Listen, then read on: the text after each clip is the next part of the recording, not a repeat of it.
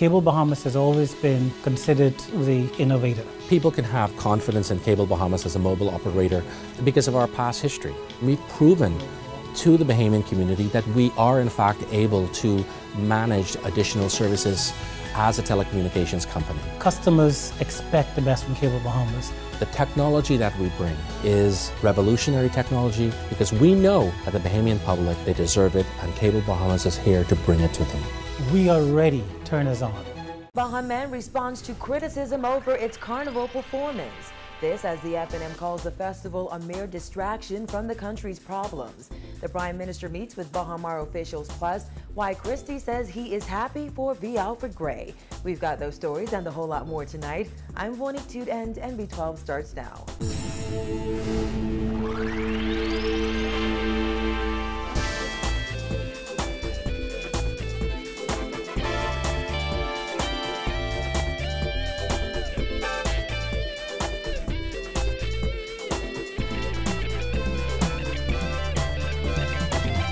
Topping news tonight, on the heels of the inaugural Bahamas Junkanoo Carnival, the founder of Grammy Award-winning group Baha Mar says Bahamian music is in trouble. This after the group's performance at Friday's mega concert on Clifford Park was widely panned by critics and received a lukewarm response from the large crowd. Kyle Joaquin reports.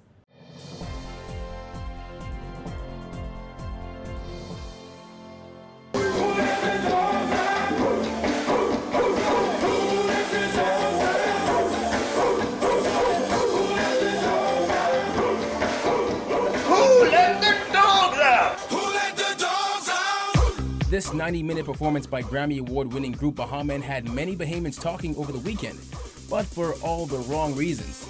This meme showing a skeleton on a bench waiting for Baha Mar to leave the Junkanoo Carnival stage was widely circulated on social media sites.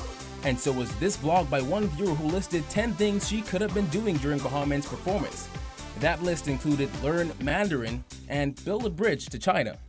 Another member of the audience wrote during the group's performance, Baha Mar, okay, I've had enough. Well, group founder Isaiah Taylor says while he believes the Carnival event altogether was a major success, he now fears for the future of Bahamian music. The soca presence is very strong now. It's extremely strong. You know, it really dominated everybody over this weekend, whether anyone wants to admit it or not. After months of controversy, Trinidadian soca artist Michelle Montano put on a show-stopping performance to the cheer of thousands. Now, Taylor says based on what happened over the weekend, he sees why some like KB took the stance they did. But Taylor says he has no problem with Michelle Montano performing, as Baha Mar performs all over the world and is now getting set to release a new album. At times on Friday, though, the crowd got into the group's performance. Then there were times when the audience wasn't as familiar with the songs or the lyrics. Taylor said the group went into the performance expecting a mixed reaction from the crowd, considering they haven't performed in a major concert at home for nearly 8 years. You must understand, we have not performed home in many years. And I was expecting mixed emotion because you find a lot of the young people really don't know us. They really don't know us because, you know, we travel abroad. Taylor admitted that he entered the stage a bit upset as well, and here's why. I would say, you know, I'm sorry that I did. A lot of people wouldn't have known, but I was I was extremely angry. Why? Because we were waiting for our pickup, and all of a sudden, this jitney came to get us. Pick you up from where? From Atlantis. When we go into concerts, we don't travel that way. Taylor said the matter was resolved and another form of transportation was sent.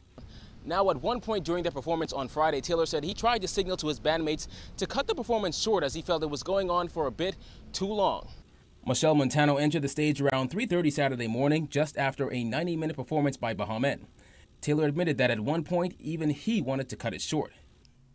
No complaints except from my behalf, and I take full responsibility. I was trying to get my guys' attention, but, you know, I couldn't, and I didn't want to look, obvious that I was walking out to tell them what to do. I wanted to cut the show.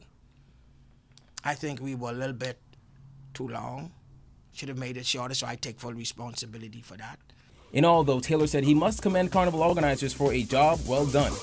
When asked if Baha Men would be interested in performing again, he said it depends on the group's schedule next year. Reporting for NB12, I'm Kyle Joaquin. Free National Movement MP Loretta Butler Turner says while the commission should be commended for pulling off Bahamas Junkanoo Carnival, it was a mere 3-day distraction from the social and economic problems plaguing the country. Now that Carnival is over, she says it is time to focus on the real issues. Simone Davis reports.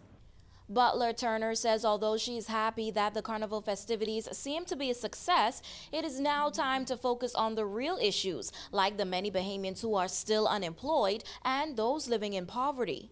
The Long Island MP agreed with F&M Deputy Leader Peter Turnquest, who said yesterday now that the big party is over, he hopes the government will begin to address the many problems facing the country. They both referred to Carnival as a major distraction from the social and economic issues plaguing the country. It was a distraction.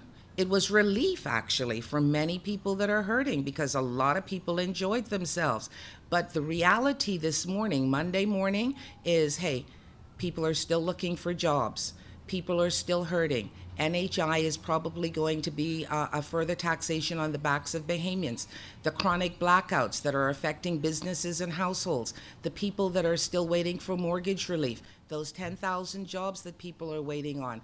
The industrial unrest that is brewing at Malia, at BTC, at Water and Sewerage. And the whole pushback right now that people are not truly fully engaged in the Baha Mar project.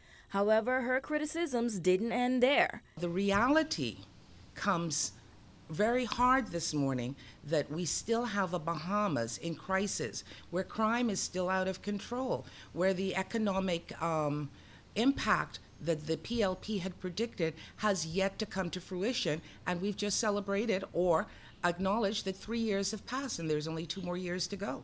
Butler Turner said she can't speak much on Carnival's success until the numbers showing its economic impact are revealed by the Bahamas National Festival Commission in 21 days. She said the million-dollar question is, did Bahamians profit from the $9 million investment?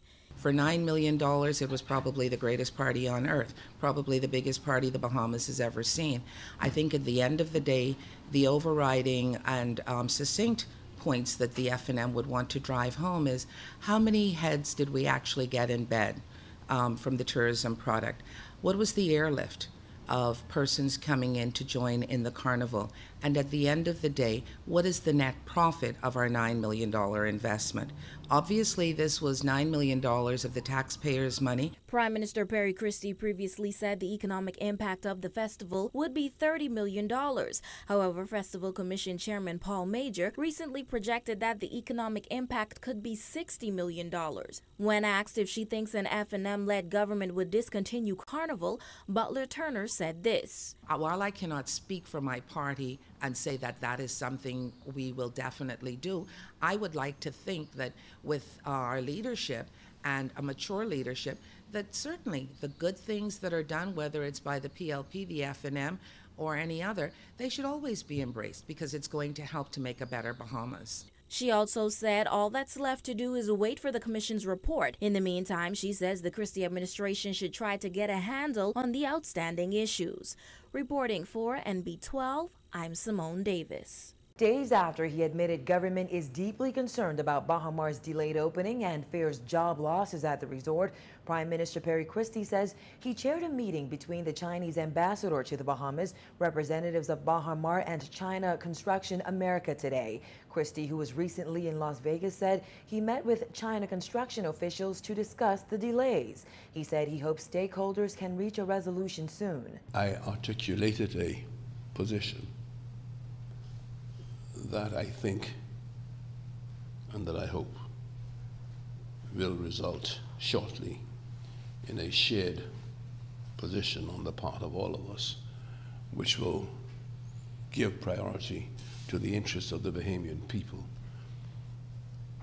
in addition to, of course, the interest and reputation of this Malian family and the China Construction Company. Baha Mar CEO Sakis Ismerlian recently expressed disappointment in China Construction America and the level of support the project has gotten from the Bahamas government. Christie says there is no room for error at this point, as the government has been required to make substantial agreements. He said the Bahamas' tourism industry and economy depend on the outcome of this problem. His comments came during the official opening of the Island House boutique at Mahogany Hill. The Island House is a $40 million, 10-acre luxury boutique featuring a spa, pool, and 30 rooms. The boutique hotel has 128 employees, 3 of whom are on work permits. Here's Island House owner Mark Holoesco. There's definitely a certain clientele that wants that. You know, there's that convention casino crowd that wants to go to those bigger properties, but there's a huge number of people around the world that want to come to the Bahamas and stay in smaller properties and get more of a local feel and interact more with the community here. And so that's what we try to do here. So yeah, I think there's huge demand for this, and we've already seen it because we've been pretty much full since we opened. Days after the Attorney General revealed that criminal charges will not be filed against Michael MPV Alfred Gray over his alleged interference in a judicial matter, Prime Minister Christie says he is happy for Gray and his family. However, Christie suggested Gray might not be reinstated as Minister for Local Government. I'm happy for Alfred Gray. I'm relieved. Prime Minister Christie says he was not surprised when Attorney General Alison Maynard Gibson announced on Friday that no criminal proceedings will be instituted against Gray or anyone, following allegations that Gray interfered with a judicial matter in his constituency back in March. Speaking with NB12 on the sidelines of the Junkanoo Carnival mega concert, Christie said the agriculture minister can now move on. He can now finish his career because I know he was concerned and worried, and so I'm happy for him and his family. Gray has been under the spotlight following allegations he instructed the Mayaguana administrator, acting in his capacity as local magistrate, to release a man convicted and sentenced to 3 months in prison. Shortly after those allegations surfaced, Gray was relieved of his duties as local government minister pending the outcome of a police probe. We asked Christie whether Gray would be reinstated as Minister for Local Government. I'm sure in my office the Attorney General will send whatever she's released. I haven't spoken to her, I haven't spoken to Mr. Gray, and I'm taking your word for it. So I am the one who makes the decisions about local government or portfolios, and most certainly I will have time to think about it. But I'm not going to do anything that would, interrupt the flow of things. Right now, Hope Strawn is the minister responsible, and so we're going to continue with that for the time being. FNM Chairman Michael Pintard says he does not respect the AG's decision on Gray, adding he finds it disconcerting that the Attorney General could not rise above political partisanship and make the Bahamas' reputation. The opposition has also questioned how the AG could be expected to make a fair decision in a matter involving her cabinet colleague. However, Prime Minister Christie says Gray's saving grace was that the permanent secretary in his ministry and 2 other colleagues were in his office when he called the island administrator. The reason why I only took the local government portfolio out, and you had the controversy about his coming out of the cabinet, was that I had the opportunity to talk with him and to ask him, tell me what happened.